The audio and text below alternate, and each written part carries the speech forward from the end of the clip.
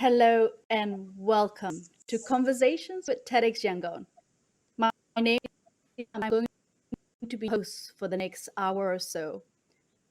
Let me tell you a little bit about the TEDxYangon effort.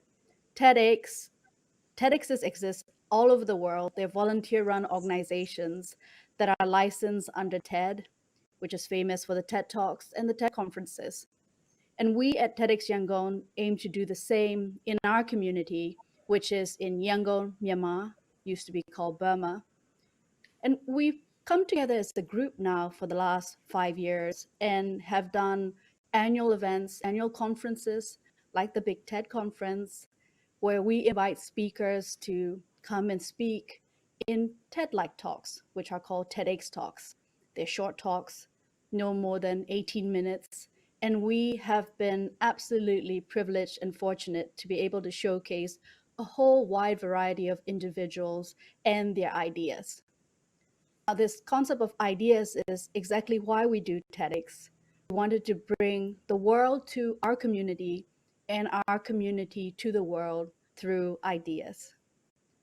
Since COVID-19 and the lockdown, and actually even before that, we thought in addition to doing our annual events, we should do something in between.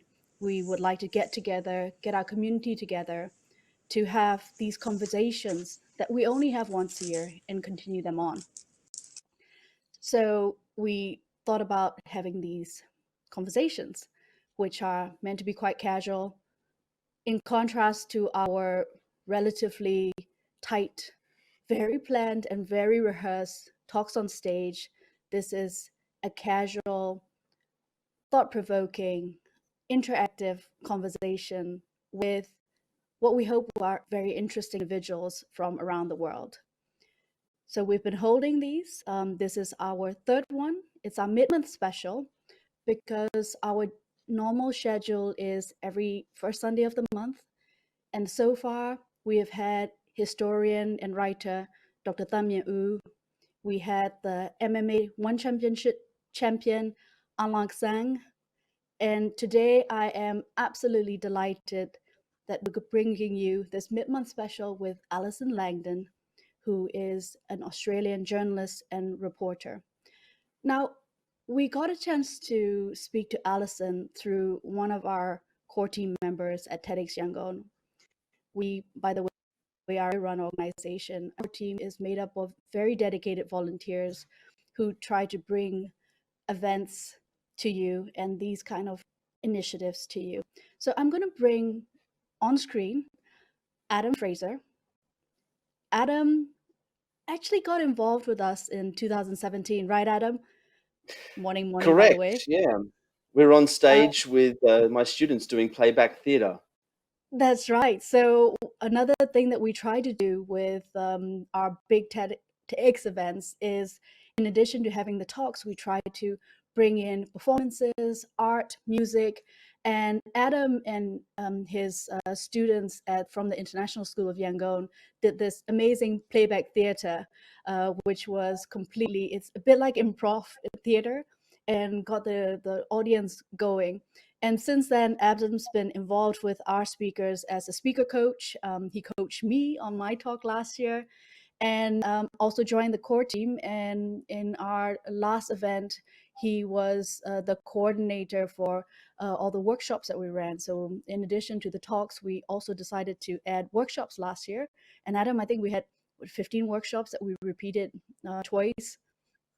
Yeah, 15, 16 workshops, all ran twice for the over 500 participants that we had this year. It's quite Incredible. quite an organizational feat, and we pulled it off. So hope to do that once we're out of this COVID period and able to all meet in person. But I digress because when we were all brainstorming, so what we did as a core team is to say, okay, now that we can do this live online platform, we are not limited to people who can be on stage physically with us. So let's think about interesting individuals from really anywhere in the world, as long as they can spare the time to connect with us online.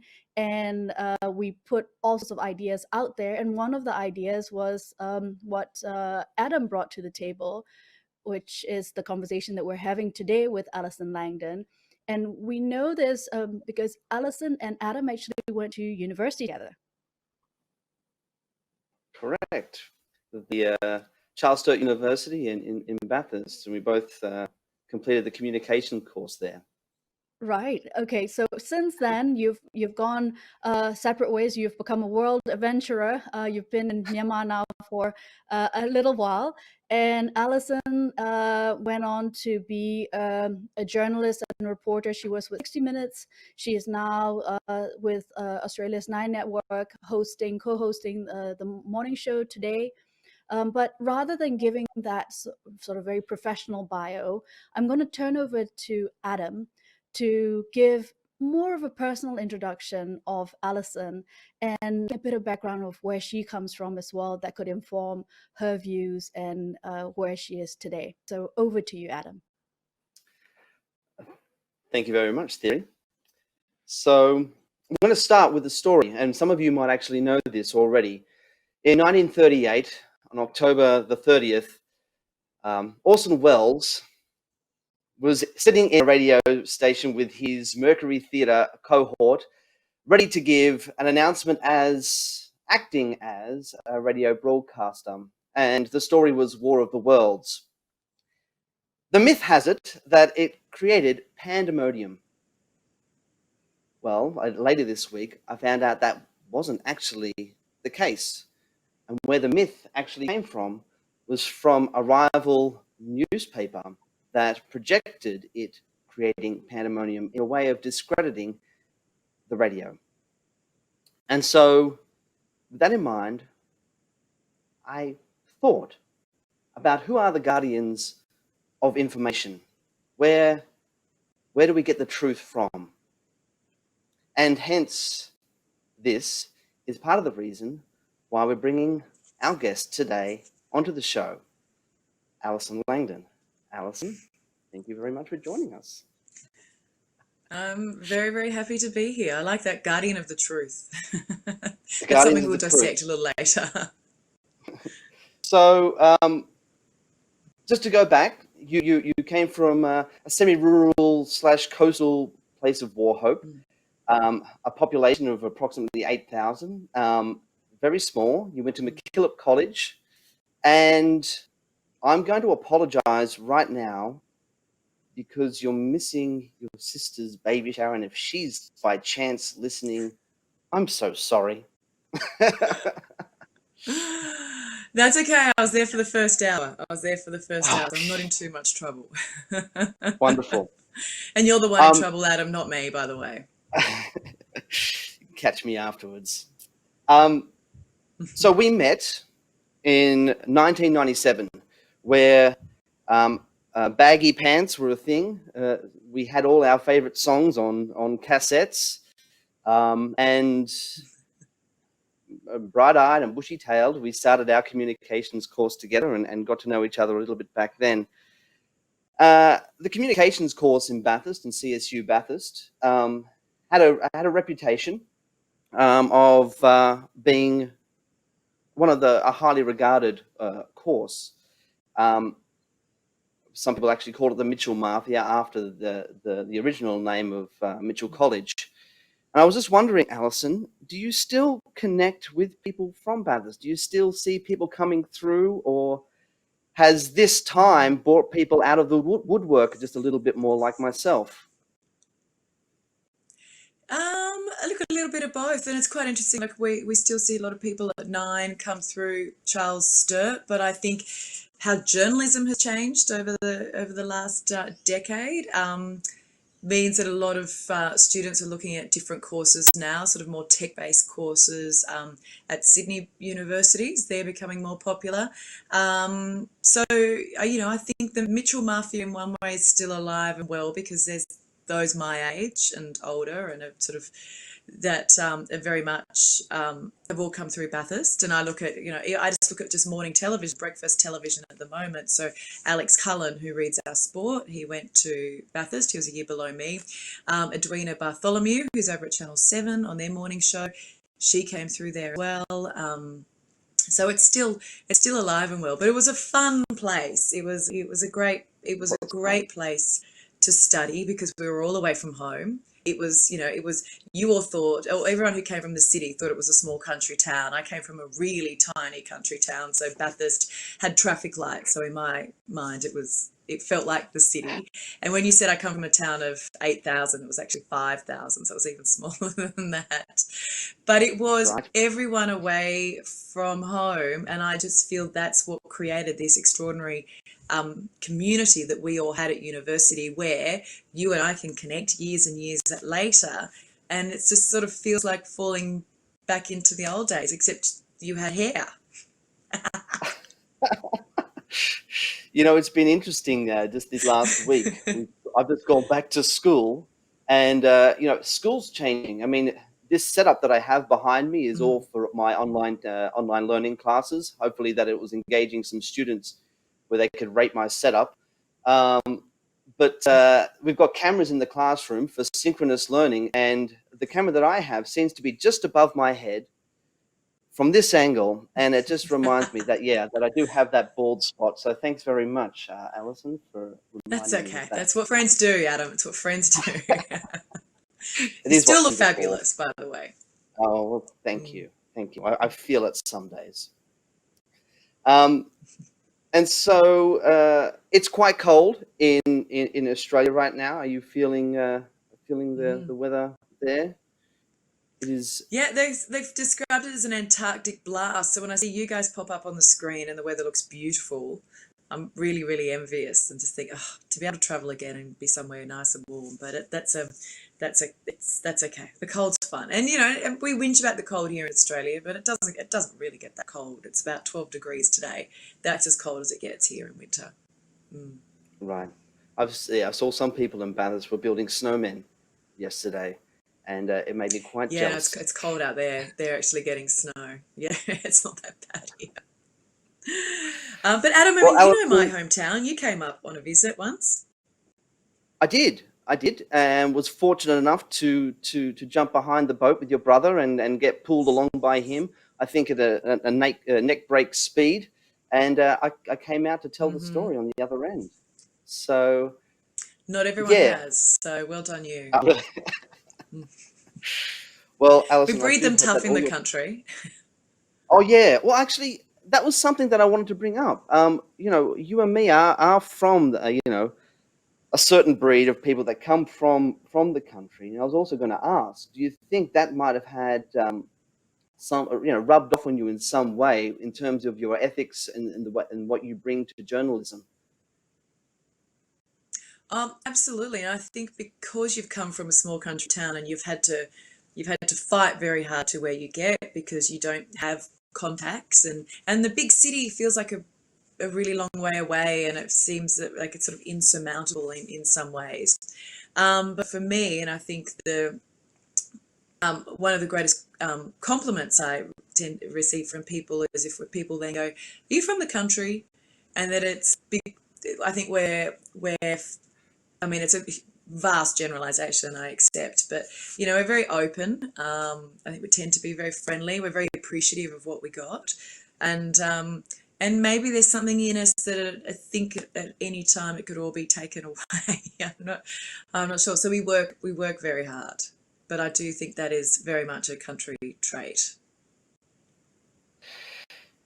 Um, I know Theory is waiting in the holding area right now, waiting to come back on. And I'm conscious of the time, and I'm conscious of you getting back to your baby shower.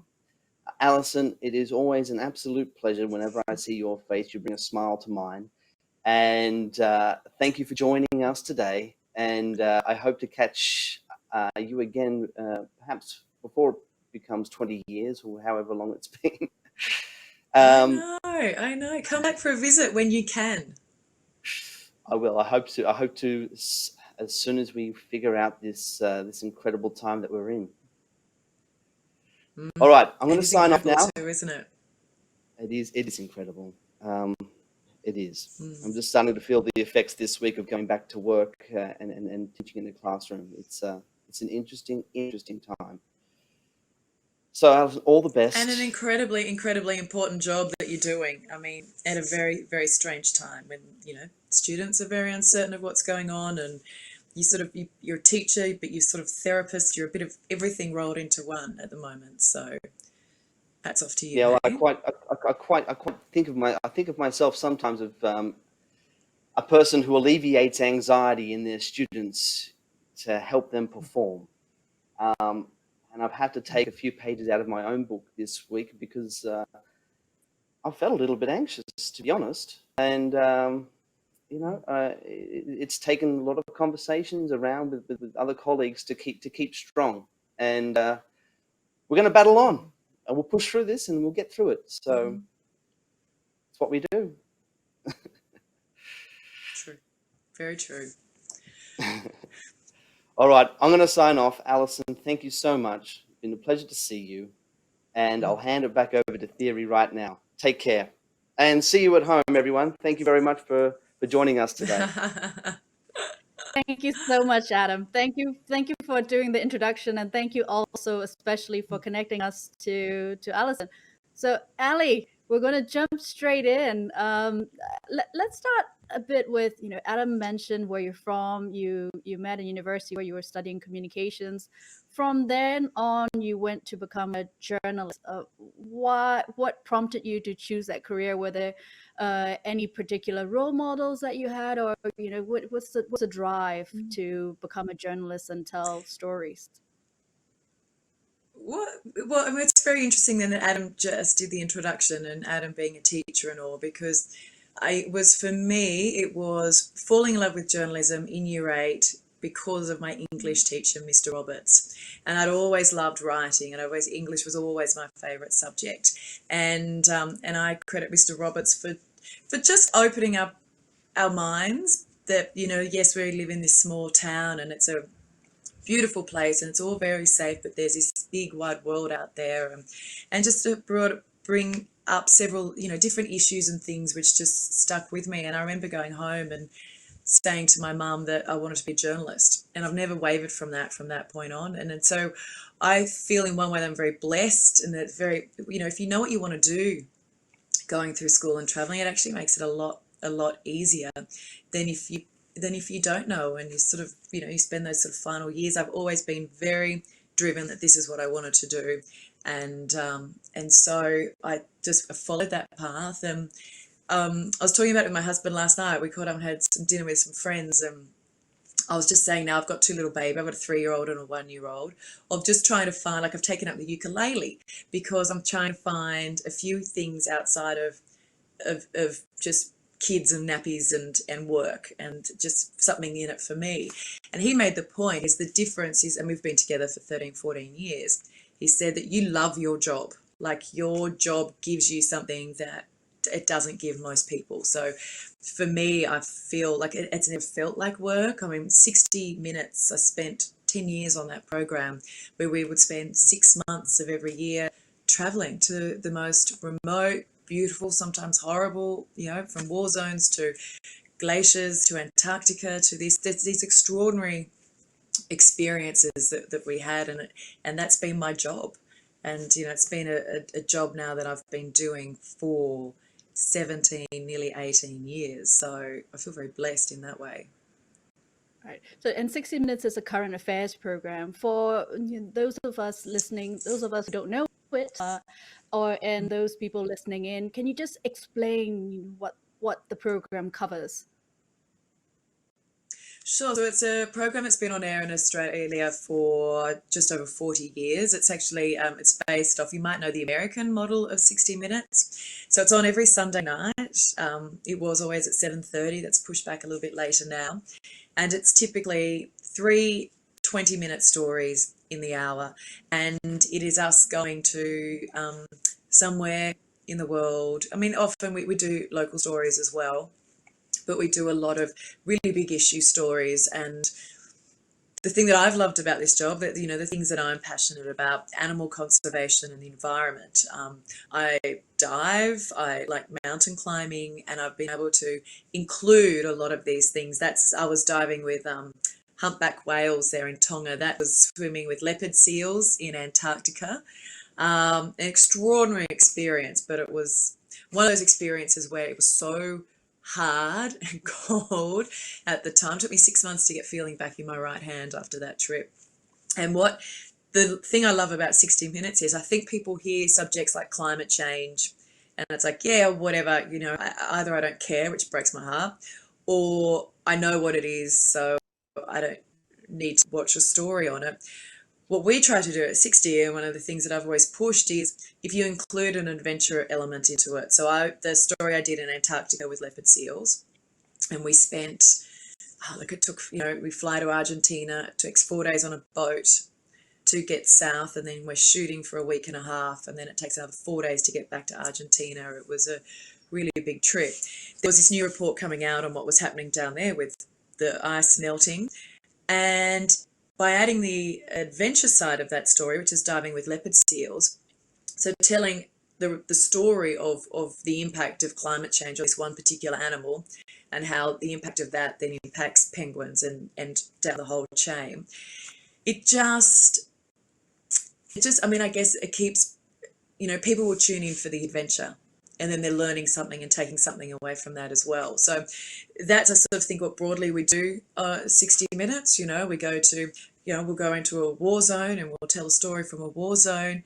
But then on that same trip, I could jump on a flight and I could go to Hollywood and I'm interviewing Pink or Tom Hanks or Alicia Keys or Leonardo DiCaprio or, you know, Sam Smith, who's right there. There's been loads of them over the years, but it's, you know, some of the trips aren't Arnie Schwarzenegger, but some of, you know, it's quite, and it's very strange sometimes when we do these trips. I remember flying once from Auschwitz right in the middle of winter, so it was minus 40 degrees. We had the place to ourselves we were doing a story on how the Nazis had tested the drug thalidomide on war prisoners, and I don't know if you're across or aware of what the drug thalidomide was. It was given in the 60s, 70s, even in the 80s. In Brazil, it was still being given in the 80s. That caused mass deformities, horrific deformities in children. So children would be born without arms and legs. It'd just be a torso.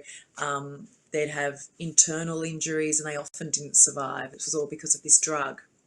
And so anyways, it was a very heavy, heavy story. And from there, we flew to Miami to film undercover on a 3-day booze cruise where it was just like all these Americans, it was just so weird. It was so weird to go from like one of the most powerful places I've ever been to all of a sudden a party boat for 3 days, which we all hated. It was truly the worst 3 days you could imagine. But, you know, it's just so weird then how you've just got to flick your where your brain's at and stories that you've covered from something very, very intense to something like that. But it's always been one of the great challenges and things that I love about 60 because, you know, we spend a lot of time on the road. It's a long time away from the family, which is why I, in the end, moved away from the program because I've got 2 little kids. But yeah, you're on the road 6-7 months of the year, and some trips might be 6 weeks, and then you're home for 2 weeks, and you're packing your bags, and you're off again. And there's so many amazing sides to that, but it can also at times get pretty lonely. Yeah, I can imagine. And also what you said about this, you're dipping in and out of such different worlds and different stories and different frequencies, if you will, and that can probably be quite unsettling, right? There's often this great sense of guilt when you leave. And I know we talked about this theory over the last couple of weeks. Like we fly into places that everyone else is trying to flee often. And, you know, some of those situations are very, very tense. You're flying into war zones, and that's why as a crew, and with 60 Minutes, that was a story I did in Somalia a few years ago. Al-Shabaab terrorists have taken over the southern part of the country. That woman there, I think about that woman a lot. So I met her in a refugee camp in the north of Somalia, and she had 7 children. She was from the south, and then one day her husband didn't come home. So she didn't know if he was killed by Al-Shabaab terrorists. She didn't know if he joined their organisation. She didn't know if he just decided 7 kids and it was all too hard and he just left. She had no idea. So she made the decision it was so dangerous to start heading north with the children and had to walk. And it got to a point, I think obviously the baby carried the baby, and it got to a point on the journey where two of her children were so very, very sick that she thought, we're all going to die here, or I make a decision that saves my other children. So she left two of her children on the side of the road and kept walking. And I talked to her about how you, and now, I mean, I wasn't a mother back then, and now just that idea of leaving one of your children on the side of the road where you know what their fate is going to be. And I guess this is the difference where you live in a war zone, or where you live in a country that is safe and you don't have to face such situations. She was, it broke her heart. She's so very practical about it. She says, I made a decision which saved 5 children. She didn't see it as a decision which condemned 2, because she just couldn't, and she's in a refugee camp still trying to feed 5 children. And I think, and it's you feel this great sense of guilt, like you're so involved this very short period of time, and then you leave. And sometimes with some stories you can have a continued relationship, but there was no way of having a continued relationship with this woman. I have no idea what happened to her. And that stuff does stay with you. And one of the things that's changed over the years with our industry is that in the early days, when I was at 60 Minutes, there was no idea of coming home and having a debrief. You didn't come home and speak to someone about what you just gone through. But I think we had each other in the teams. You always have a cameraman, a sound recorder, so producer and the reporter. And so and I think, often you'd all have a drink together at the end of the day if you could. And I think that was the debrief. And sometimes there's some dark humor, but dark humor was kind of masking that. That was our way of going like, oh boy, well, that was really heavy today. And sometimes you just need to kind of, I don't know, kind of shake it off in that sense and just keep an eye on each other. But it's, all that stuff has changed, but it's only really changed in the last few years. I don't think I was ever offered, hey, after a tough trip, hey, are you okay? Do you need to talk to anyone about anything? I mean, I'm sure I could put my hand up if I had something that if I had an issue, but they can be pretty intense, those trips. Yeah, I think awareness of just stress, PTSD, all the related psychological issues that come from jobs like you have, where in war zones, I think we were talking about the fact that you see dead bodies, you see people really hurt, and that must stay with you, right? And are you able to process some of your colleagues who go into war zones, for example, how do they deal with it and run? And one other issue that I think we should also touch on is how journalists are now viewed in conflict situations now versus in the past, where you might have had more respect and immunity from the local community, as well as whoever's warring, whereas now that safety might not be there anymore. Can you talk a little bit about that as well? There's not that level of protection anymore, where I think we would previously, and this is before my time, where you would fly into these war zones and you would be viewed as Switzerland in a way, and you were there to report on a story, and this is this side and this is this side. I think now Western journalists are very much seen as a target. They're not seen as being there to report a story fairly. Often I think that there's only one side, and if that is to tell the coalition side. If we, when we go into Iraq and Afghanistan, we're typically embedded with Australian soldiers. American journalists are embedded with the Americans, and it can sometimes then also be very difficult to get out and have conversations with the community, because it's often not safe either.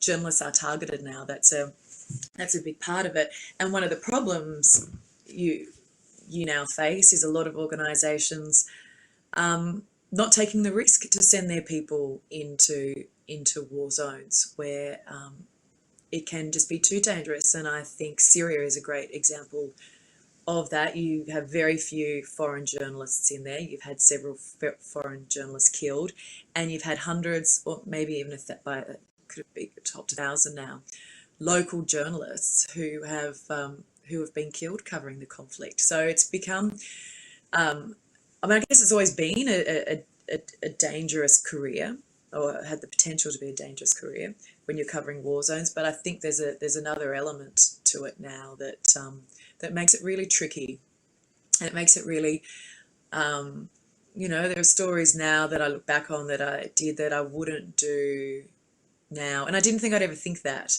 because one of my big gripes that I've seen over the years is an extraordinary reporter on our show on 60 Minutes, Tara Brown, who has gone into war zones. She went into Syria and was fighting with the female freedom fighters there, and the response to that was, I mean, some of it was really supportive, but there was all this other element of, well, that's selfish because you're a mother, and what about your children?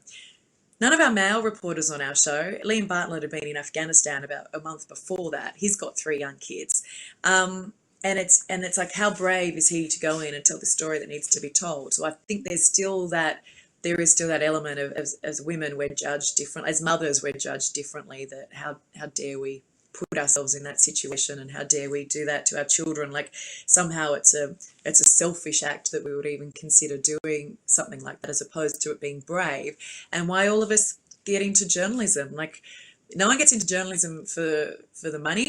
Everyone gets into journalism that for all the right reasons. And I think how some people's journey then changes once they're in can be very different. But I think, that's the desire to seek truth and justice, and to stamp out or call out corruption, and hold our politicians to account, and to stand up for the voiceless, to stand up for those who don't have their own voice and who can't fight their own fight. That's why most people get into journalism. So I think I really digressed there, didn't I? I really No, went, no, did not I at take all. that? I Actually, took that somewhere no, totally no, no, different, didn't I? absolutely not. Actually, I think we'll come back and touch on, the both why people become journalists, and the particular challenge that female journalists face, which is also maybe challenges that women face in general when trying to juggle careers, motherhood, and maybe just the sense of self as well.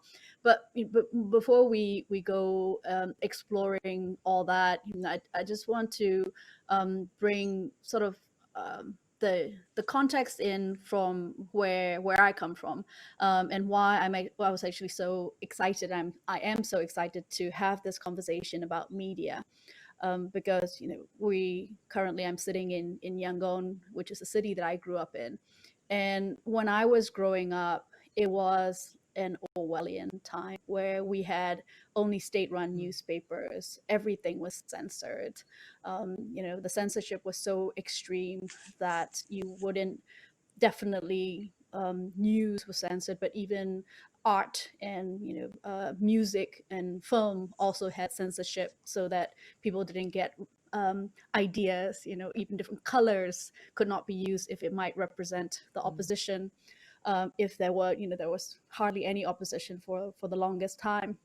And especially the media, it was so controlled that in order to get the truth, we would tune in to the and the Voice of America (VOA) from clandestine radios, because if you were caught listening to that, you can actually go to prison.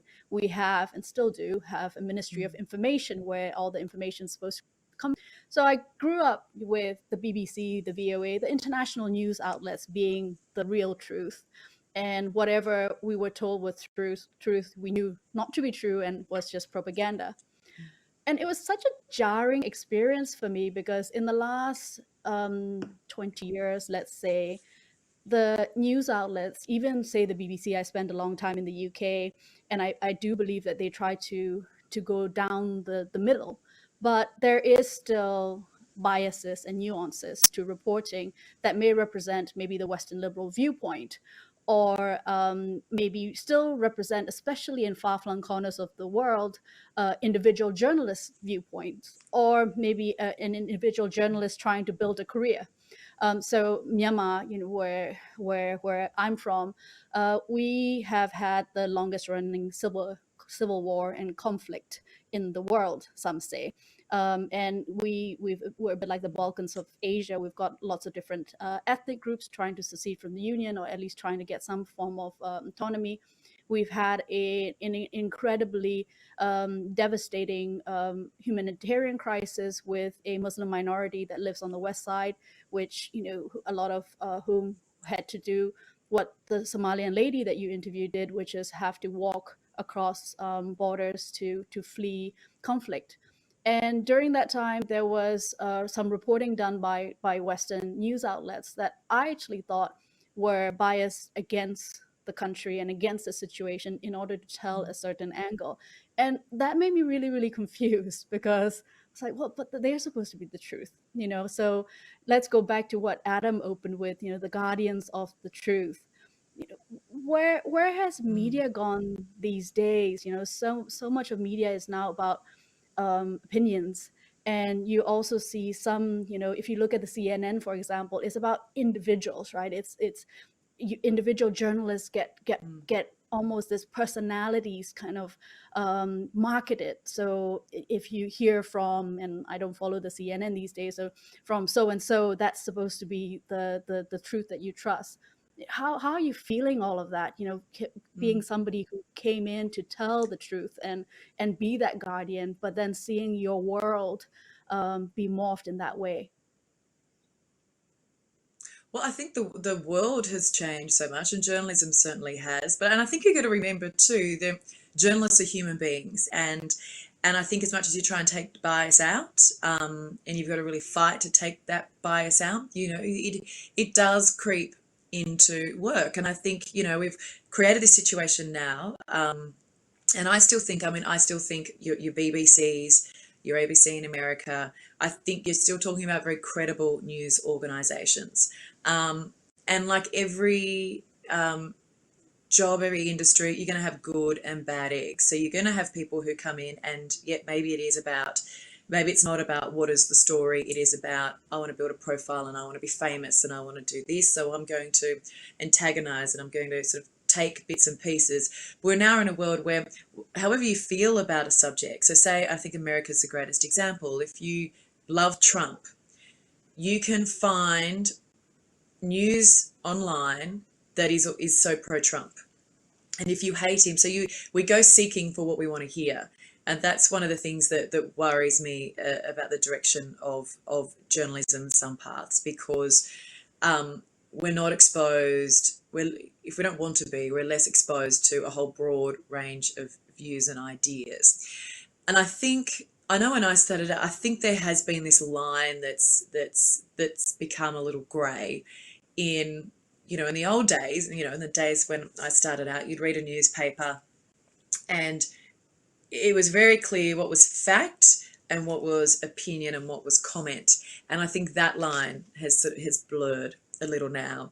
And it's really funny. Like I find, like I host the breakfast program in the morning now, and it's different in the sense that we're encouraged to share our views on things. So when I do a political interview, when I have, we have the Prime Minister on, and we have one of our state premiers on, in my mind, that is me being a straight journalist. We might have a discussion afterwards about something where it's like, and these are my thoughts, but we're very clear it's very clear of what is my opinion and what is my thought. And I'm also really mindful of being fair in those interviews, where to the point where I feel I'm doing a pretty good job of that, because I'll get trolled by saying you're a left wingbat, blah blah blah, or you're a voice for the right. And I figure when both sides are criticizing you, then it actually means you're doing a good job and you're asking the hard questions that need to be asked. I would hate for anyone to know how I vote, and I hope it doesn't come across in the show that I do. But I do think that with the rise of social media, how it's used, how we get our news these days, it has allowed someone like Trump to flourish and for him to be able to say fake news, and he's got a point. There is, that there is that it's been allowed to happen, that opinion has taken over sometimes of what is fact.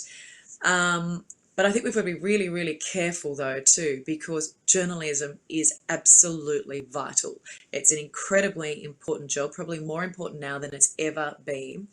And we need to ensure good, fair, independent, investigative journalism lives. And, unfortunately, we now are in a world where journalists are far less trusted. And I actually think, which might actually fight your idea of what you're talking about there, Theory, is that I think there is sometimes an idea that the organisations aren't trusted, but individual journalists are. And so, I guess you talk about CNN. I think people, I guess perhaps they tune in because, Christiane Amanpour, for example, like she was my hero growing up. Like she was, as a female, she's a trailblazer. She's so smart. I love her, and and I do, and I really listen to what she says. Is she biased?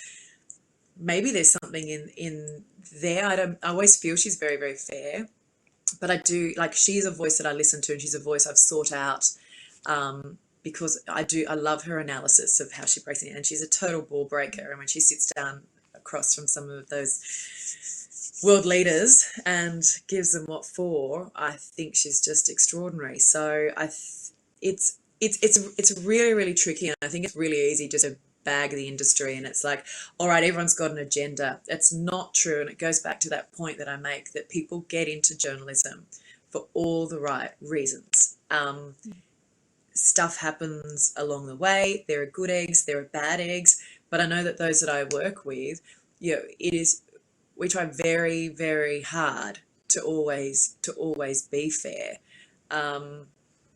Maybe we don't always get it right. I'm sure we don't, but the pursuit and the intent is most certainly there. Is it, just to touch on your point about trusting an individual, and I do that as well. Certain writers, certain journalists, I know that they are fair, and I trust their wisdom. I trust that they will provide vantage points. I also trust individual media outlets. I'm a financial professional in my actual job, so I read the Economist magazine because I feel that they and as you know, with the Economist, maybe that there are no bylines. It's all written, and I feel that at least at the generally speaking, there are certain articles that you kind of go, okay, I'm not so sure about this, but generally speaking, they try to be fair and balanced. So there are certain outlets that I still trust, but I also know that, again, talking about far-flung places, sitting in my country, I know what the truth is, I believe, or people here know it a little bit better than a fly-in journalist. And I've had so many fly-in journalists who are told, this is the line that I've been told to write by my editor. And it's not small, I won't name the outlets, but it's not small, insignificant news outlets. They're significant publications, and say, but I need to find a story that fits the line that my editor has told me to write. And the editor probably never visited the country, never really understand the nuances, and just taking sound bites. And that, to me, it's feels so dangerous and irresponsible, especially when it comes to conflict situations, because then it gets taken up. Even I see multilaterals, United Nations, then being influenced by those kind of news articles. So journalism is powerful, because the truth in big quotation marks can be changed by an editor saying, here's the angle that I want you to write about, and a journalist who might not have, because they've just parachuted in and going to parachute out, and they have a 500-word article, and that's what you have to write. And that, for me, is so scary.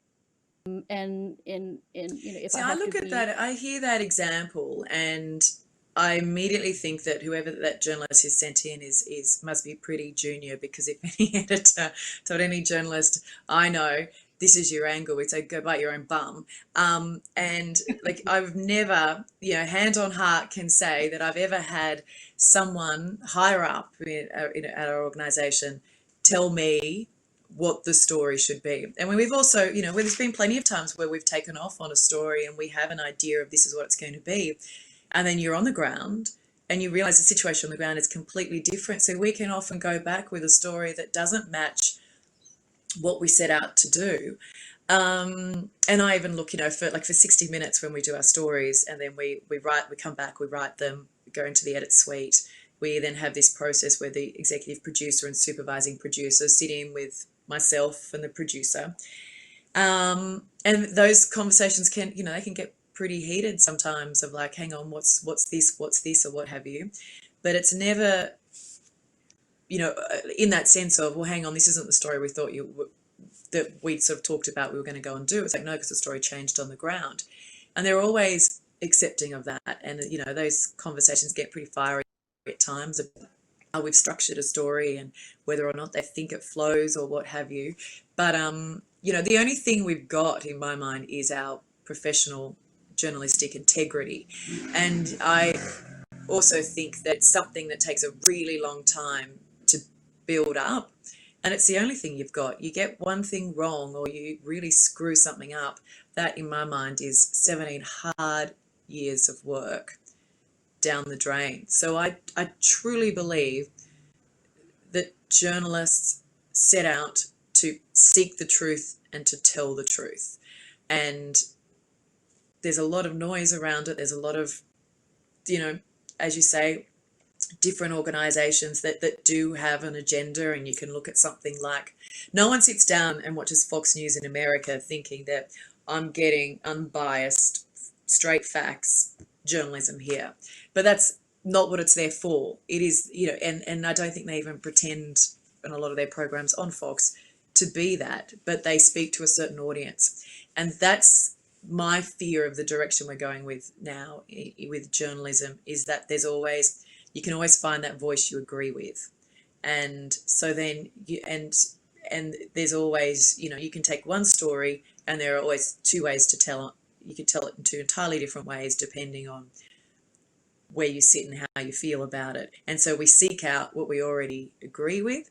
And that's where I find that when, and it's a very different world that I'm in now, doing breakfast television to 60 Minutes, because you do share your thoughts on things a lot more, that you do get troll. People hate it when they hear something they don't agree with. And that's the bit that blows my mind, is that we can't have, that is very, you can have a conversation. Carl, my co-host, and I disagree on a lot of things all the time. And we'll sit there and we'll have a conversation. It can fire up. It's still respectful.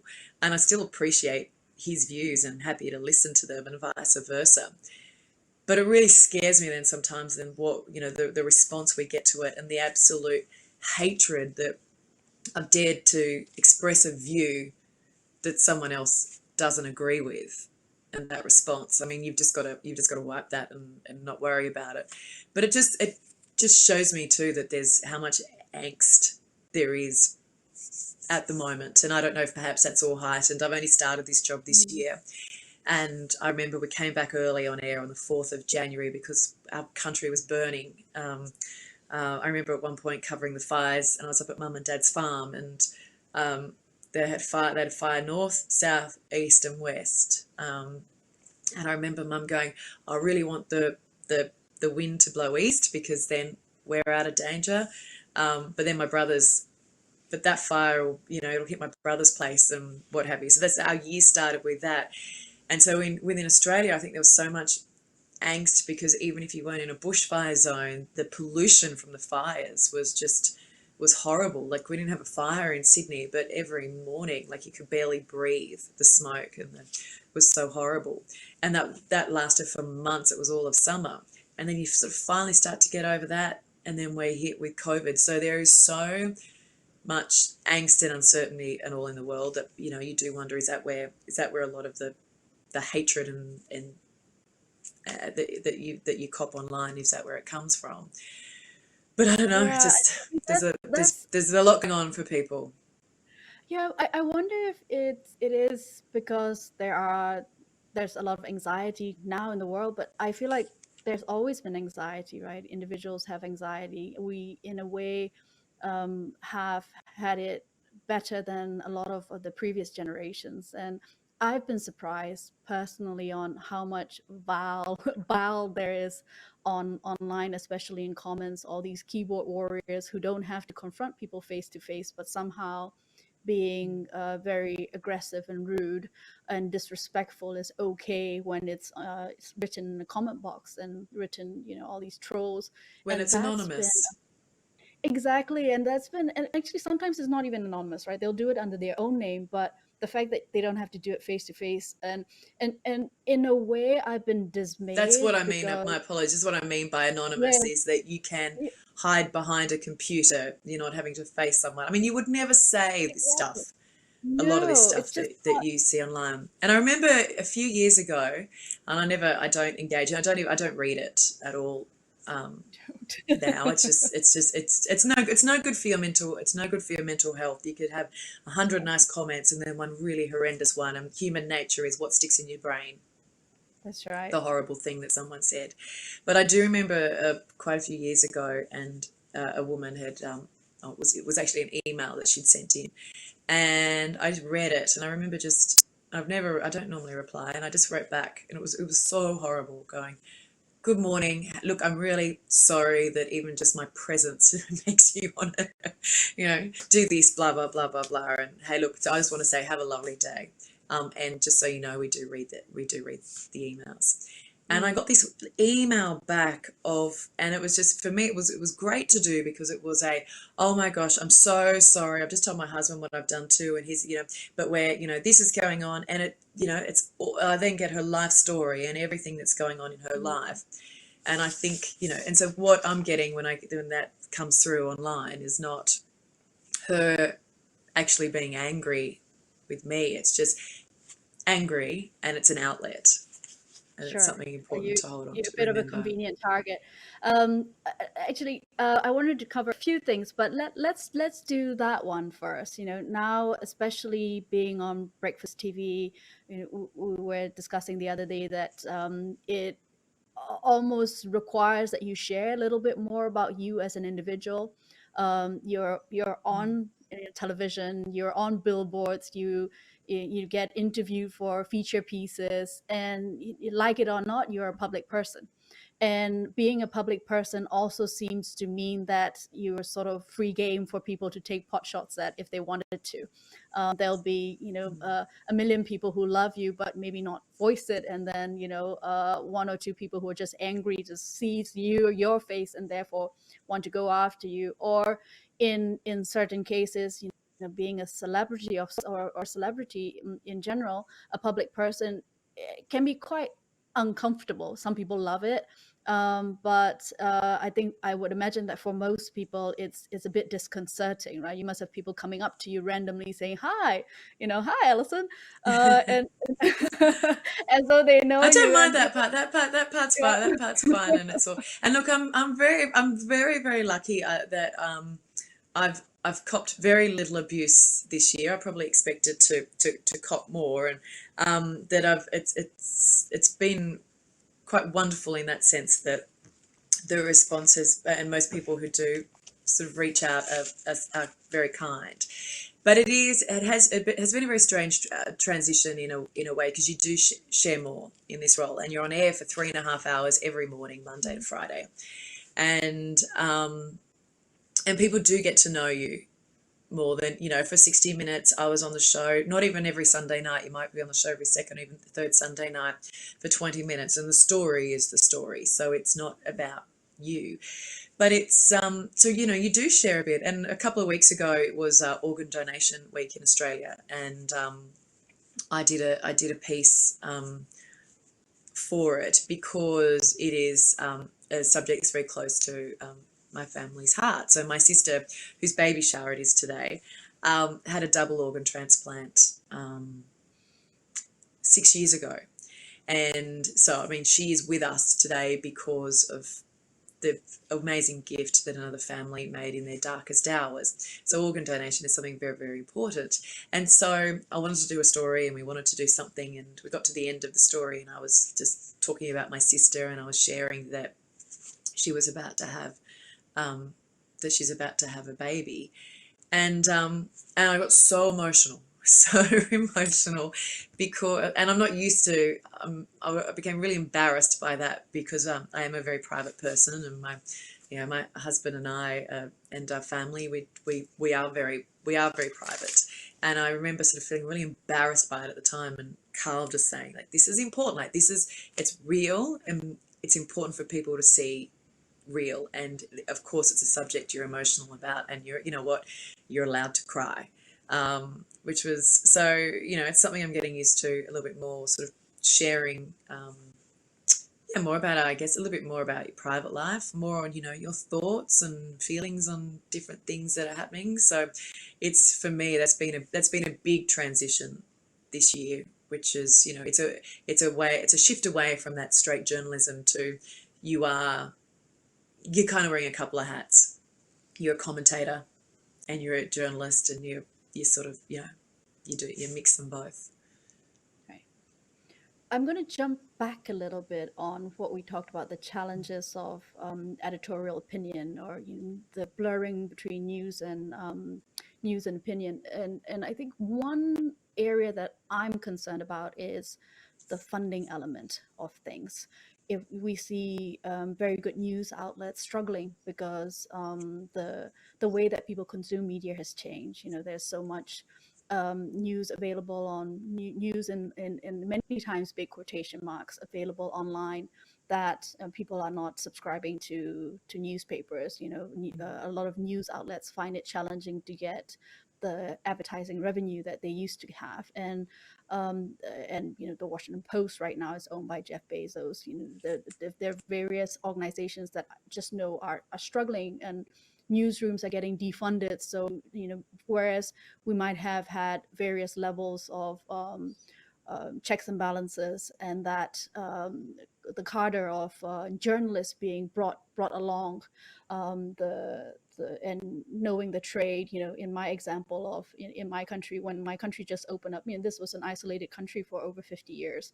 Nobody knew anything about it. It opened up in 2012, fanfare, lots of people coming in, but what they send are junior journalists who cannot tell people to bite your bum and write whatever their editor tells them to write. So I actually don't blame the journalists, because they're young, and they also trying to get up the ladder. But I do blame the editors. But then maybe the editors are also challenged because the entire ecosystem in a way is under threat because of funding constraints, especially print media. Have you thought much about that? What are your reflections on that? I mean, it's hard to sort of talk about that issue that you're talking about there, because as I say, I've been in this industry for a very long time, and I think of mates who work for newspapers, who work for radio, and I just can't see that scenario occurring. I just can't see an editor. I mean, I don't know what organisations you're talking about. I'm not asking you to name them, but I find that part very difficult. But you touched on something else there, a bit of.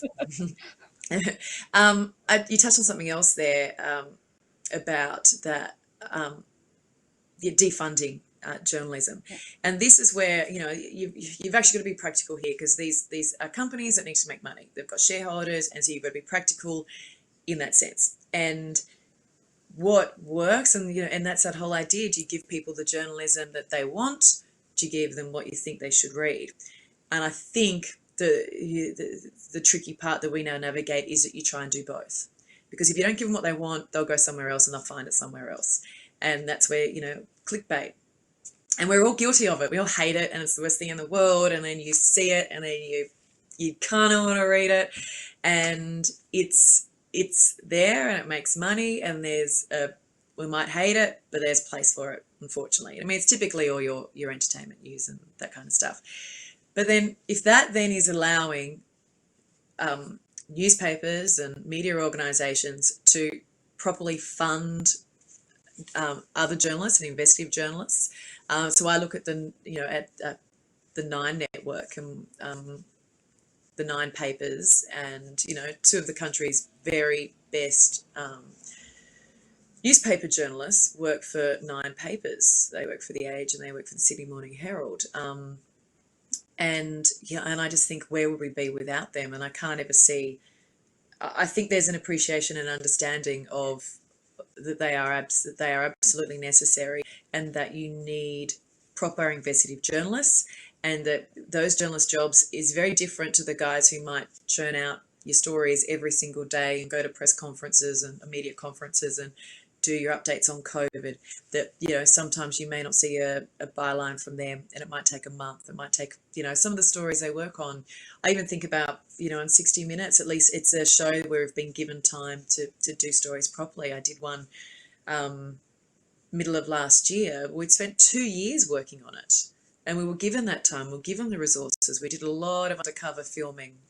It was a secretive church that was being run by a bunch of pedophiles.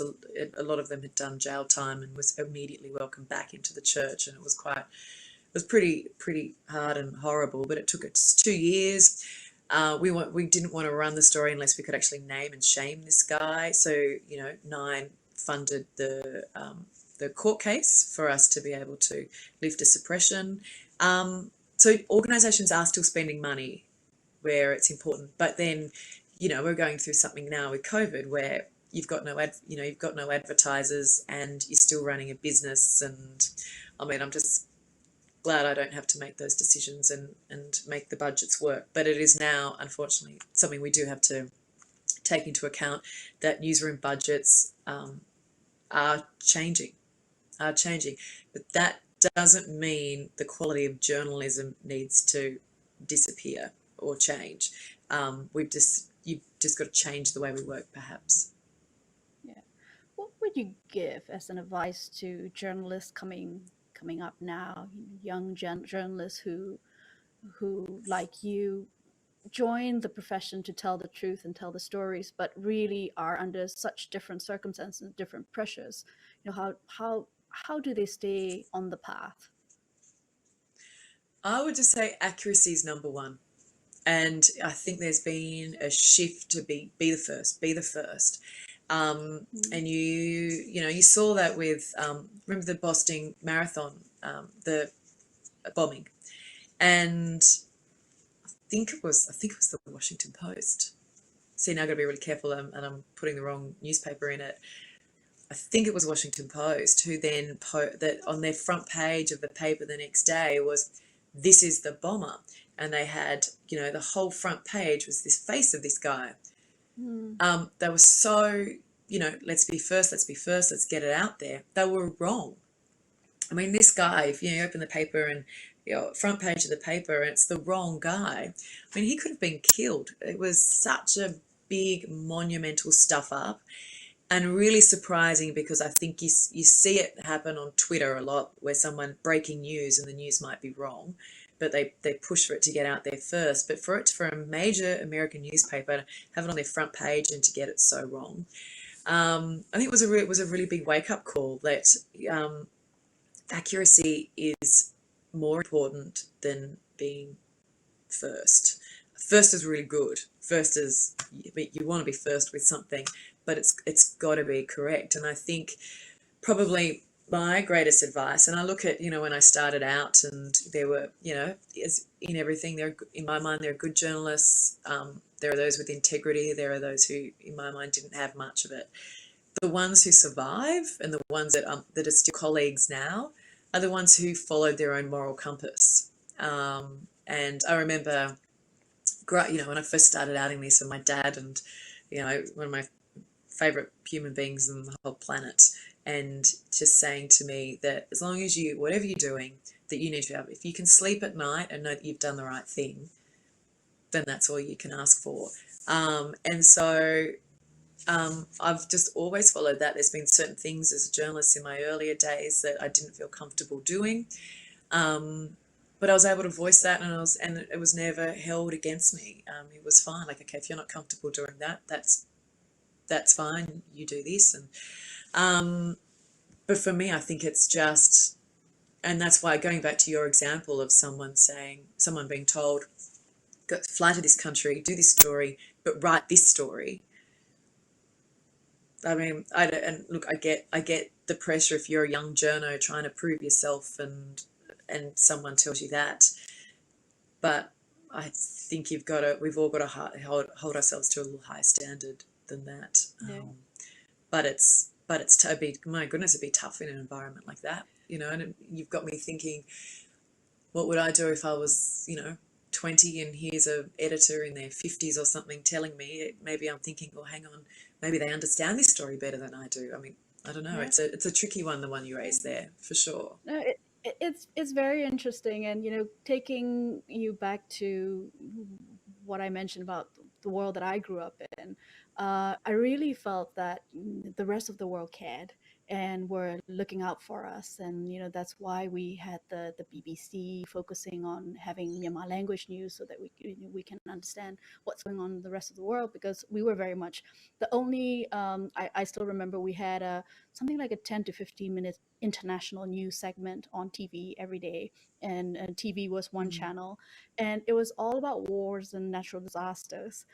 So in contrast, for our country, it was all these beautiful sceneries, and we were told that we were so rich and we had all these natural resources and the cultural sophistication, and meanwhile the country has become last of the least developed countries by the UN standards, but you still kind of get fed this international, outside is a scary place, wars.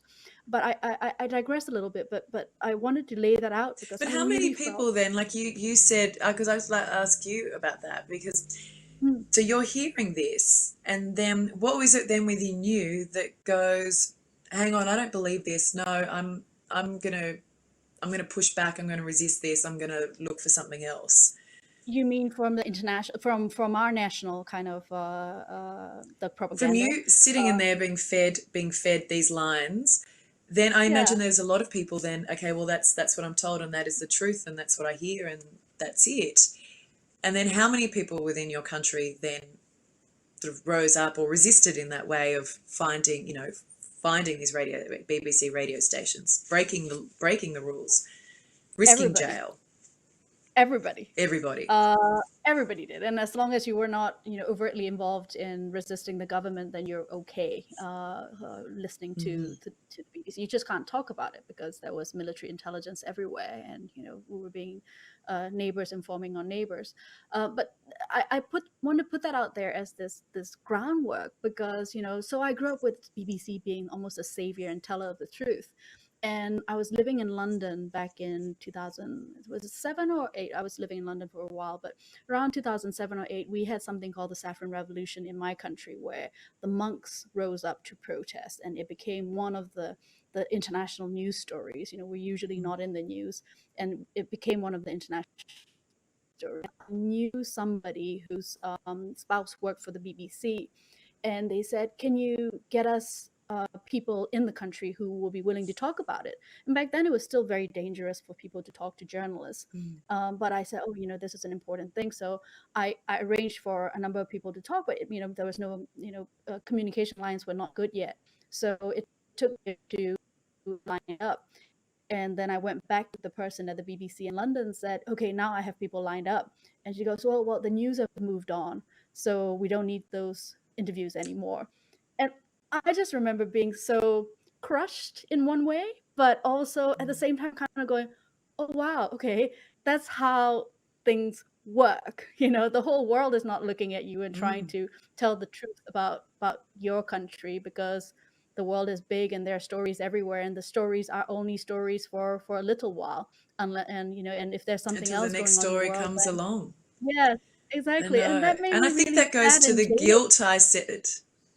Yeah, I think that Mm, goes to the guilt I mentioned, where we come in, and there's exactly. this very, and even within my own country, where covering the bushfires and covering, going to these places where you've got, and a lot of families then that didn't have insurance and weren't covered because because it's been so dry, we've been in drought, the insurance companies ramped up the cost of insurance in a lot of these places. So families were paying $400-500 a year, who were then told, no, it's now going to cost you $4,500-5,000. And these are families who just did not have that money to spend. So you've got these whole communities and streets where they've lost maybe every house, or they've lost 3/4 of the homes, and they don't know what they're going to do because they've got no money to rebuild. There's no insurance, and you go and it's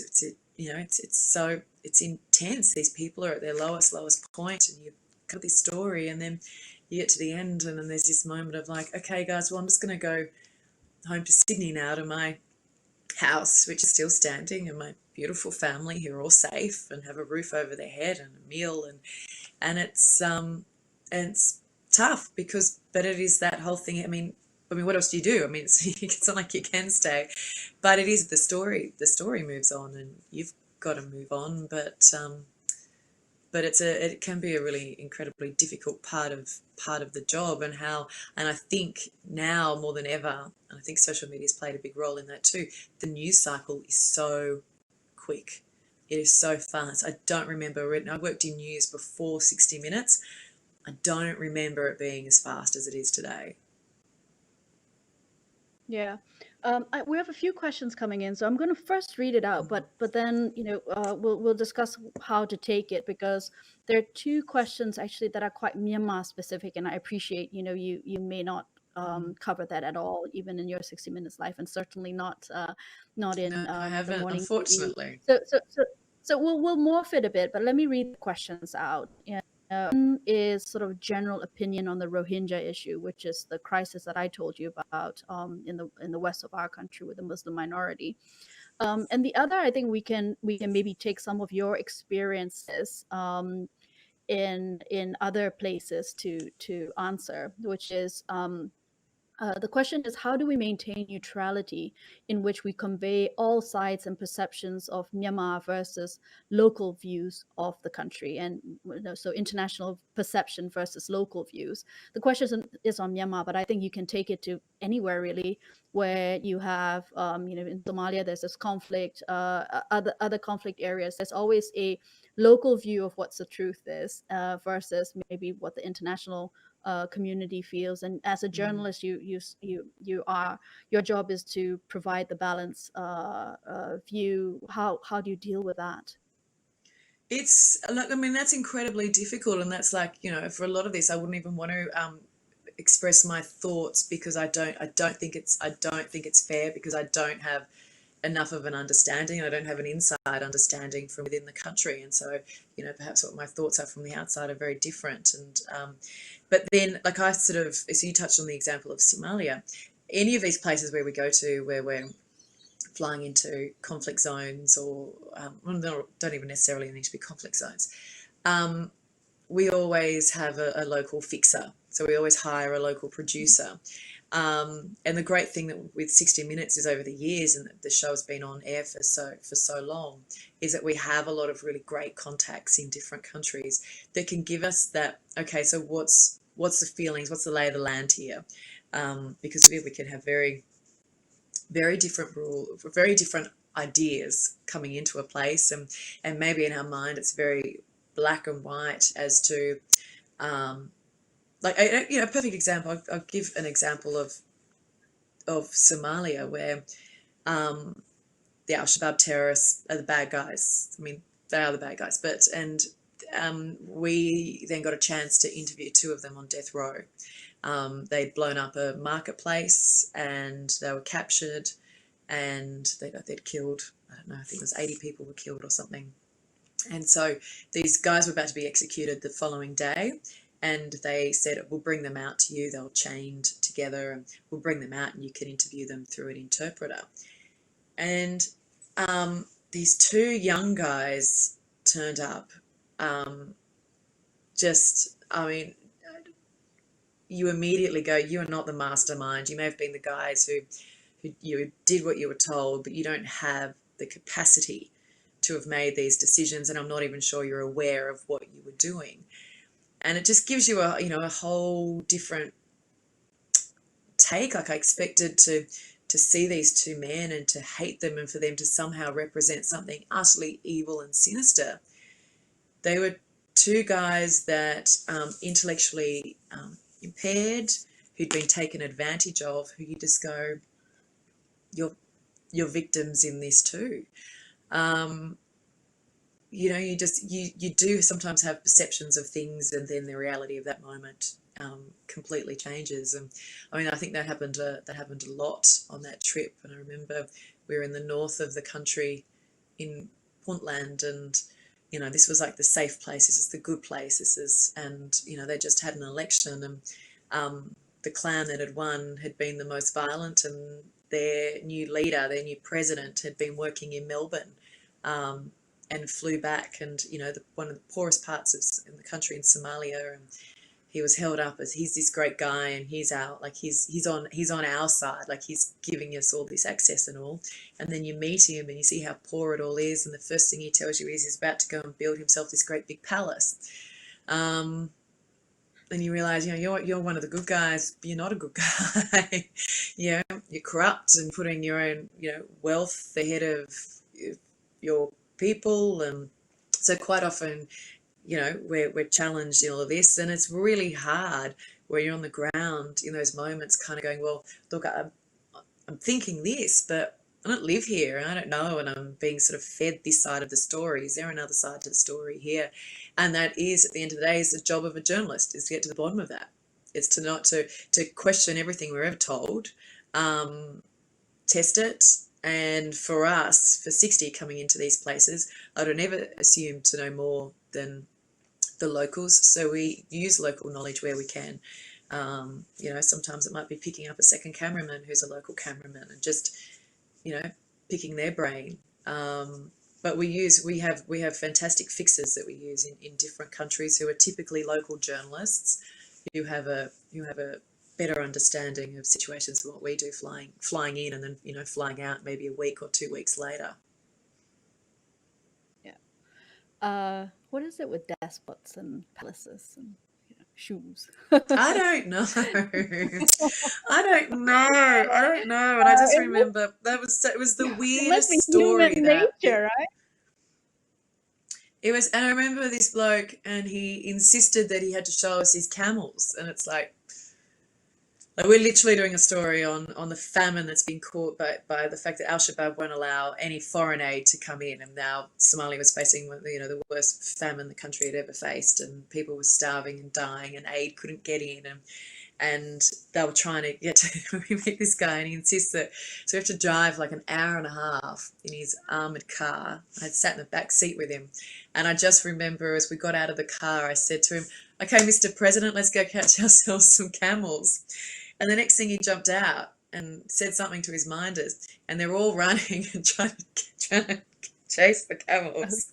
Yeah. And it's like, now I grew up on a farm. I don't know how to. I've never caught a camel, but I know, like with cows, and I know with horses, that when you run after something, you're not going to. But he'd taken me literally, and it was just one of those really funny moments where you've got all these guys trying to chase the camels. And, anyway, how, you know, people can be so blind, right, to the situation that they are in, and how hypocritical it all is. They're trying to save their people who are starving, but at the same time they're showing off their camel collection and building palaces. Like, what is your plans to get fresh water? What are your plans for electricity? And it's like this kind of fog, like, how are you going to pay for it? It's like, we need money. Like, and I'm watching as the bulldozers come in, and he's showing me the pictures of this extraordinary castle, palace that he's about to build. It was disgraceful. Which also tells, but it was very funny watching him chase camels. we need a clip of that next time.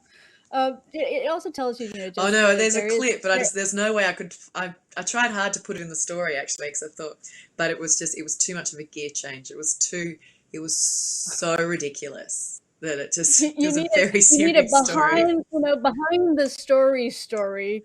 And so much of it is that, right? It's so difficult to, you have your good guys. I think so much of the world's story, and maybe that's the way we are sort of wired as well. We want to know good versus evil, or, black versus white. We want to know, okay, this is the truth.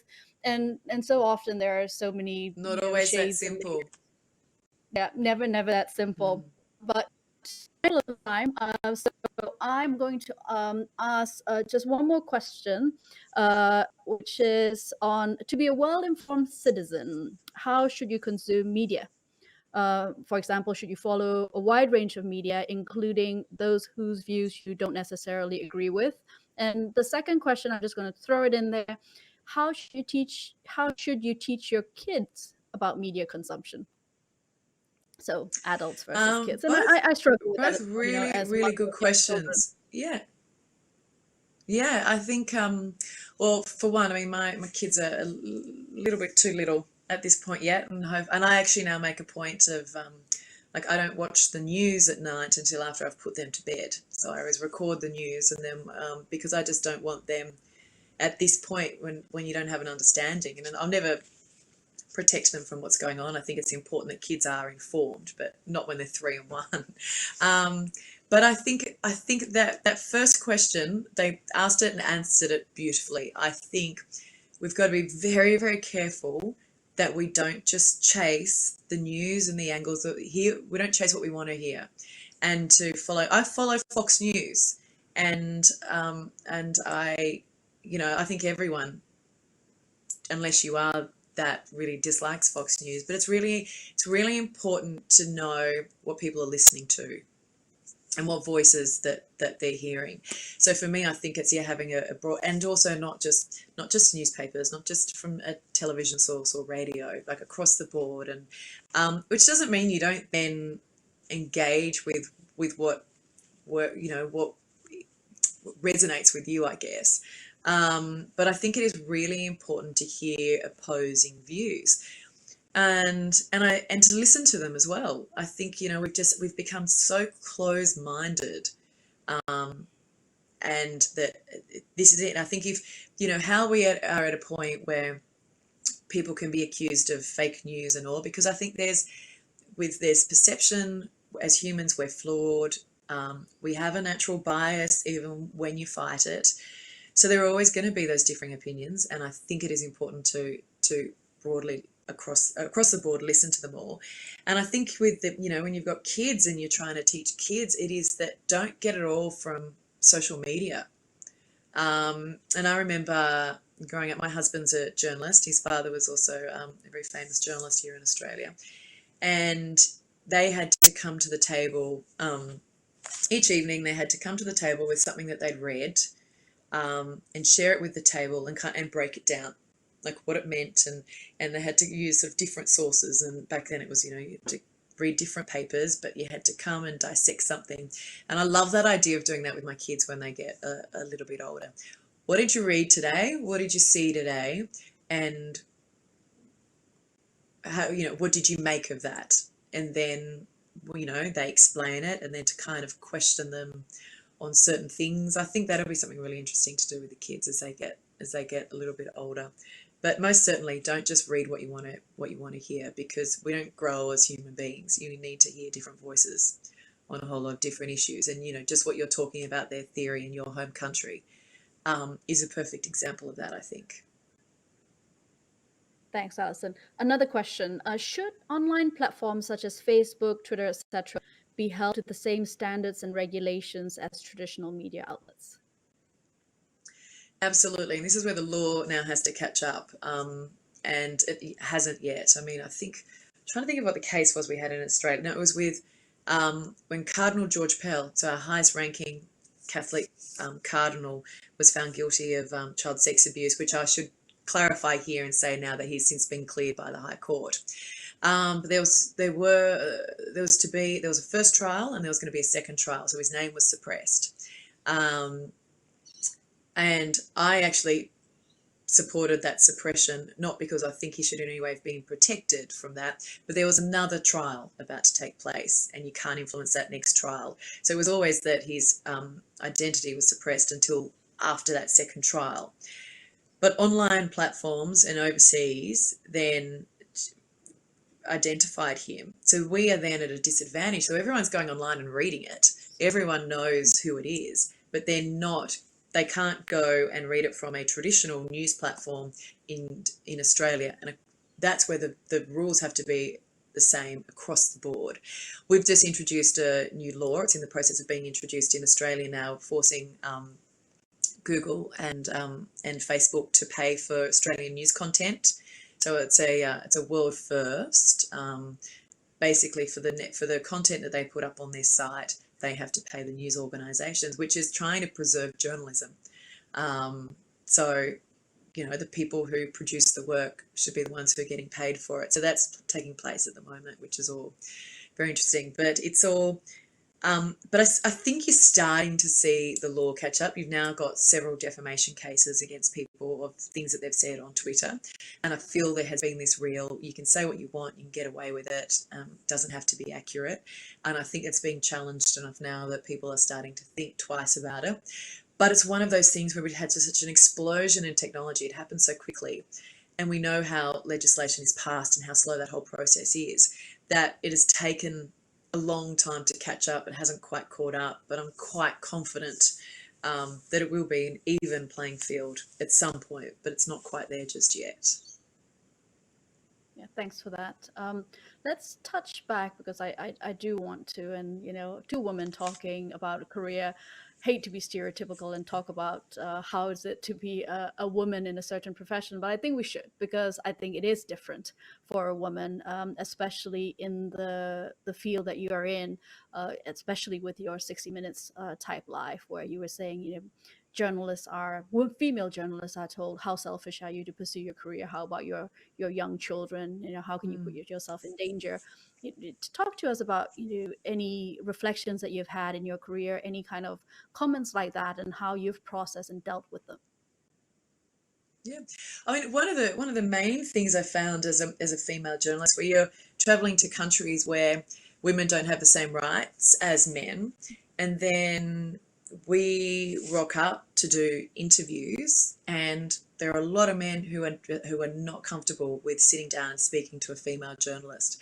And the number of times, I think most of my producers over the years have been men, and the number of times you have someone who, I'll sit there and I'll ask a man a question and he'll answer it to the producer, or he'll be so dismissive of me. I mean, our producers are awesome. It's just like, mate, don't talk to me. She's asking the questions, and we'll just kind of disappear. But a lot of countries that we do stories in, who are very, very uncomfortable with that idea that I could sit opposite them as their equal and ask questions. But that's another great challenge of the job, and it's nice to make people like that feel really uncomfortable. But it's definitely, say, double standard. I don't think there's a double standard, but it's definitely questions that get asked of us as women don't get asked of men. I gave you that example earlier where, Tara Brown is copped it, and I've got to say, a lot of people also wrote saying she's an extraordinarily brave journalist, but there was just that element of, how could you, when you're a mother, and do that to your children, that men just don't get asked.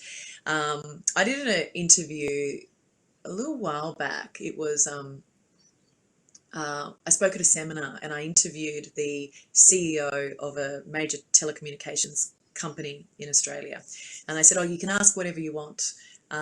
He's open to anything."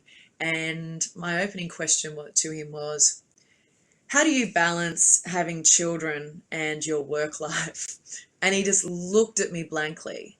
And I said, "You've never been asked that before, have you?" And he went, "No." And I went, "Can I tell you, as a woman, that's pretty much always the first question that I cop. How do you do that balance?" We don't ask that same question of men, which I think sometimes is unfair of men, because, a lot of dads play a key role in raising the kids. In my household, it's 50-50. And then I think my third question is what's your mother like? What's your mother like? And just that, they're very different questions that men get asked to women get asked sometimes, I feel. And he was not expecting any of that. But I think when we get asked when I'm being interviewed and as a journalist, they happily cross over into your private life more than what they might do with a man. And look at to say that, it's a perfectly fair question to talk about that balance, because it's something that we all juggle all the time. The thing I don't think is very fair about it is that the same question isn't asked of men. But I don't think it's an unfair question or discussion point to have, because it's bloody tough. I get up at 3:30 in the morning. I race home after the show. I try and be home sort of before 10:30, 11 o'clock in the morning, and then parent. And then there's that last part of that day where my work gets really busy again from 4 o'clock. But I'm on work calls. I'm cooking dinner. I'm trying to read briefs. I'm trying, you're trying to do that. The juggle is very, very real, and it's something we should talk about. But it's also why I ended up changing jobs too. It did become too difficult. I used to take my son Mac on the road with me a lot, and that was fine. It was, sounded better than what it was, because, all of a sudden you're in America. And then the time difference, you finish shooting all day, and then you come home to him, and he thinks that he's slept all day, and he thinks it's, and he's up all night. It was challenging, but it was still great that I was able to do that. And then when I had my little girl Scout, I couldn't take both kids on the road, so I'd take Scout with me, and I'd leave Mac behind, and that became really difficult, where, Mummy would leave the house, and sometimes she wouldn't come home for a week or 2 weeks, and when I went, his baby sister went as well, and sort of half the household disappeared. And that did get to a point then where it's like, the job wasn't as enjoyable anymore, and it is a job where you need to travel a lot. So, which was great. I spoke to work, and this new job came up, and it's wonderful, and it works really, really well with families. But there are definitely compromises you have to make along the way, I think. Except getting up at 3:30 in the morning. That sounds horrific to me. You know what? It is what it is. It's just, I'm so used to like getting up when you hear a kid cry or something anyway, and like you're such a light sleeper. And I made the decision at the beginning of this year too that it is what it is. You can't change it. So there's 0 point whinging about it. So I just get up. As soon as the alarm's off, I'm just up and I'm out of the house, and I don't think about it. As soon as you're at work, there's so much going on. You forget about it pretty quickly anyway. Yeah. But it is pretty bloody horrible at 3:30 if you're in a deep sleep and that alarm sounds. I'm not going to pretend that's nice. It's not. No, completely understand. There are a few more questions. I'll go with a light one first, and I'll maybe take the slightly heavier one for conclusion. Well, light. I say light, but it's more career advice. So, I want to ask Ms. Langdon if she ever had fear or felt nervous in front of an audience, and if so, how do you overcome it? Is it due to experience, and she says, do you have any tips for me? Because I want to speak to audience bravely, perfectly, and most important of all, I want to speak ideas clearly. Okay, yeah, and this is something that's taken me a really long time, because I've struggled with nerves for a lot of my early career. And you know what changed is I stopped making it about me.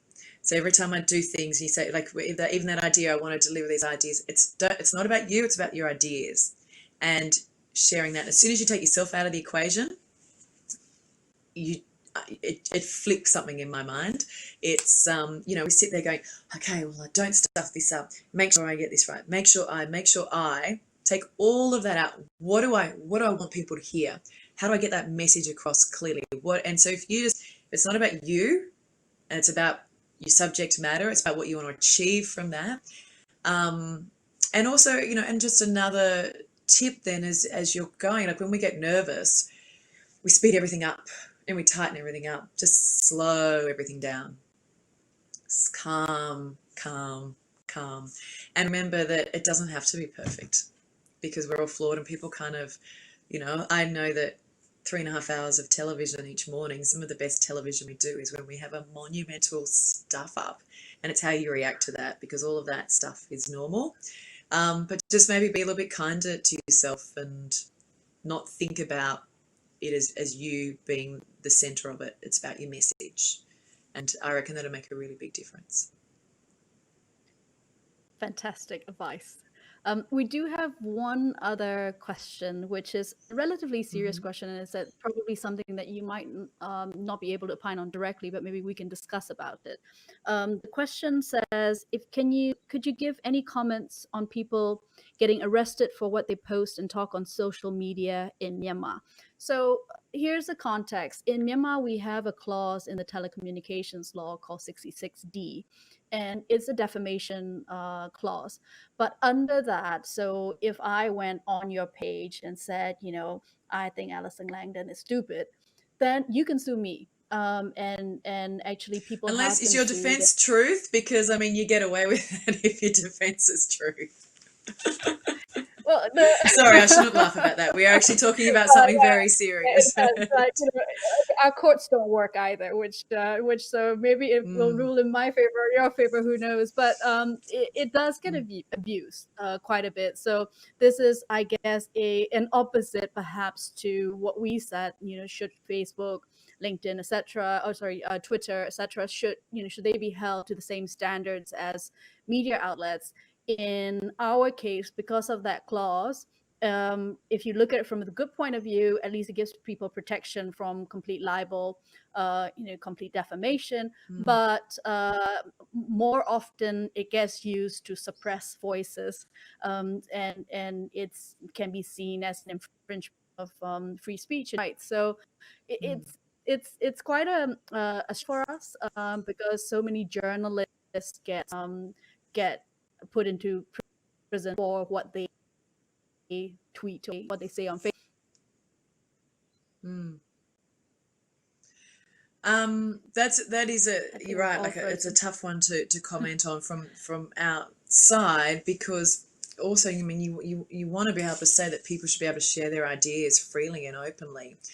Um, but I would be very hesitant, to say that when the consequences, for you, very different to what the consequences for me are here in Australia for doing that. And so, I mean, that's very much a personal decision, and that's one where I guess, I mean, how do you? It comes back to a broader issue of like, of how you fight the system and how you change the system from within. Um, you need people, you need pioneers, you need people to take that stand and risk prison. We see it in Hong Kong at the moment, and people know the consequences, but the fight for freedom is worth it. But that's not necessarily so for everyone. So I think it's a very personal one, and it's a very difficult one for me from the outside. It's that whole idea of going back to, you have someone come in from BBC who doesn't understand, or doesn't understand what's going on in your country, and then decides to preach about it, or say, or share their thoughts. I'm very hesitant to do it for exactly the same reason, that the consequences for you are pretty dire. How uh, how is it policed? Is it policed pretty heavily, or have you got, like, would you have to be unlucky to be caught and imprisoned, or is it something where as soon as it happens you're jumped on? I think it depends on who you offended and how powerful they are. So Yeah. yes, it's not in a way, it's not evenly applied, but I could imagine it Mm. does get applied from individuals to individuals as well. So, Mm. but I think it's just See, throwing that it goes into to the then mix. another example where, like, pardon? No, please go ahead. There's a bit of a lag in the. Yeah, I think, well, that goes back to, like, my view on how everyone, it should be a level playing field with social media, and with, like, it's a different argument that I have for that in Australia to what you're then facing. So, like, your thoughts on that could be very, very different because circumstances are different. Yeah, we'll send you our 6060 and maybe you can adopt it. Just So kidding. let me have a look. Let me go through it, and then we can do this again, and I'll be able to feel That's more right. confident commenting on something. But it's not fair, I think, to comment on something that I'm not across. So anyway, I don't mean to make light of a fairly serious issue, but Ellie, I know that you're taking time away from your sister's baby shower, and we only learned that this morning, so it makes me feel awful. But we've covered so No, many no, no, no. topics. This was totally my stuff up. Totally my stuff up. But that's fine. It's okay. I was there earlier, and but if I leave my children with her much longer, I don't know what's going to happen. Yeah, then you get into trouble for different things. But do you have any, comments, reflections to end on? You've given us so much of your time and thoughts, but I do want to see if you might want to leave us with a few others.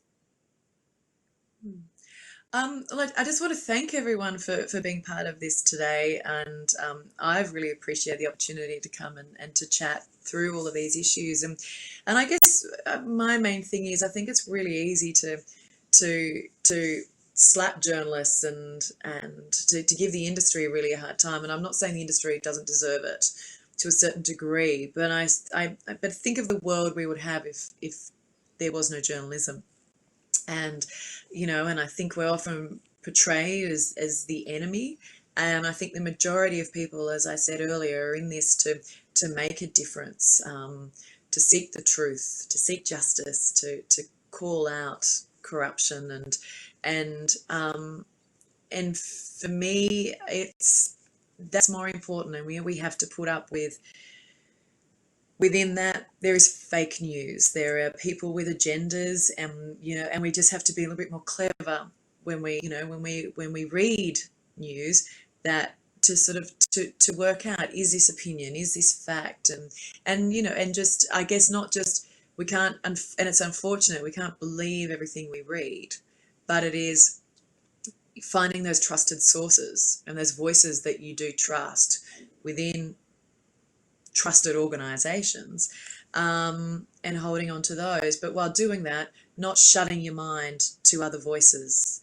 not just listening to people who you agree with, because we can always all learn. And I think it's really important. We need to, if we all felt the same way and thought the same thing, what an incredibly dull world we'd live in. I mean,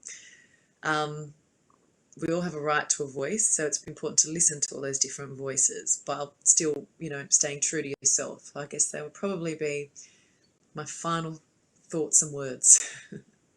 Fantastic. Thank you, Ellie. Allison Langdon, thank you very much for joining us today, all the way from Sydney to TEDxYangon. And we really, really appreciate all the time that you've given us today, and also leading on to that, all the prep calls and emails and various messages that you've had to field from us. So thank you so much. And I wish you, you can still join the baby shower. I hope it's still continuing, and have a There better be cake left. well, that's Lovely. not so bad, is it? Thanks you a lot, again. guys. I really appreciate it. Bye-bye. Bye. So thank you, everyone, for being with us today. So this is our third installment of Conversations with TEDxYangon. We'll be back to our normal schedule starting next month. In September, first Sunday of September, we will be speaking to Dr. Stephen Gilmore, who is a flight surgeon with NASA. That means he looks after astronauts before they go up to space, and also while they're in space, he looks after his health. So if you're so inclined, if you have interest in space, if you're interested in medicine, absolutely something that you don't want to miss. And in October, we'll be having our first Myanmar language segment, which I'm very excited about. We've been trying so hard to find people who will speak in Myanmar with us, and that will be Go Aung Chikin, who runs Strategy First. And we'll be talking about education in Myanmar, which, as most of you will know, is a very important issue for our country. And I can't wait to get his reflections on where we are today in the course of reform of education, and also where he believes we can go. So we will see you again here on the first Sunday of September with Dr. Stephen Gilmore. Thank you, everyone. Have a lovely Sunday. Bye-bye.